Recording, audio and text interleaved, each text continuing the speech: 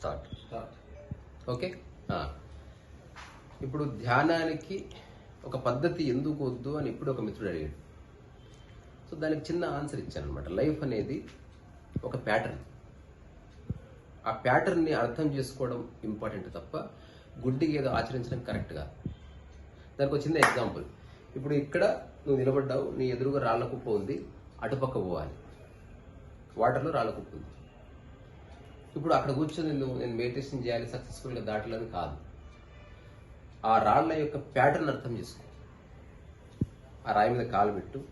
ఏ రాళ్ళు స్థిరంగా ఉన్నాయి, ఏ రాళ్ళు కదిలేటట్టు ఉన్నాయి, ఎంత దూరం ఉంది, నీకు ఏమైనా ఒక స్టిక్ అవసరం ఉందా, ఆ ప్యాటర్న్ అర్థం చేసుకొని నువ్వు దాని నుంచి బయటపడు. సో లైఫ్లో కూడా మన ఆలోచనలే మన ప్యాటర్న్స్.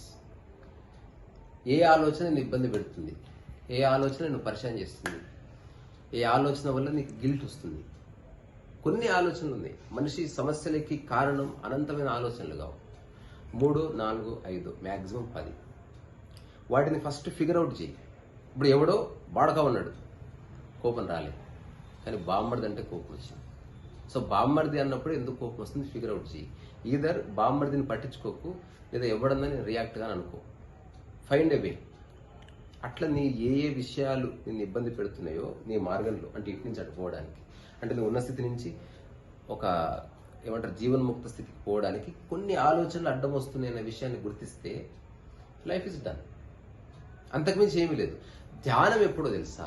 గట్టు మీద పడ్డ తర్వాత నీకే సమస్యలు లేవు. నీ జీవితాన్ని ఫర్దర్ పాలిష్ చేసుకోవడానికి ఉపయోగపడుతుంది.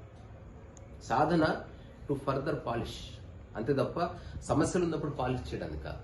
ఎగ్జాంపుల్, హెల్త్ ఇష్యూ వచ్చింది, ఫస్ట్ డాక్టర్ దగ్గరికి వెళ్ళి హెల్త్ క్లియర్ చేసుకో.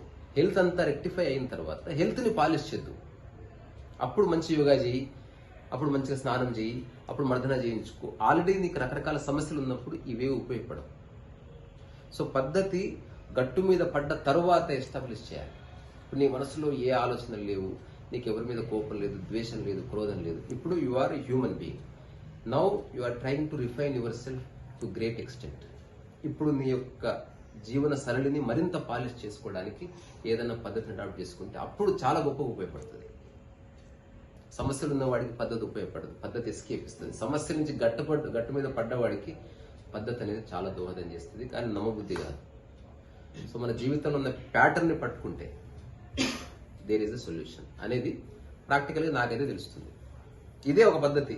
ఇప్పుడు ఈ పద్ధతి ఏంది? నేను రాళ్ళకుప్ప దాటుతున్నా, నువ్వు దాటుతున్నావు. వాళ్ళ శరీర నిర్మాణాన్ని బట్టి వాడు మార్గం అన్వేషించాలి. నేను ఫిజికల్లీ హ్యాండిక్యాప్డ్, ఆ పదం వాడొద్దేమో, ఫిజికల్లీ ఛాలెంజ్డ్.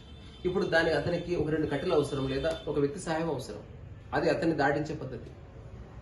ఒకడు ఉన్నాడు, చెంగున ఎగిరి దుంగగలడు, రాళ్లతో పని లేదు, పరిగెత్తుకొని దుంకాడు, అది వాడి విముక్తి మార్గం.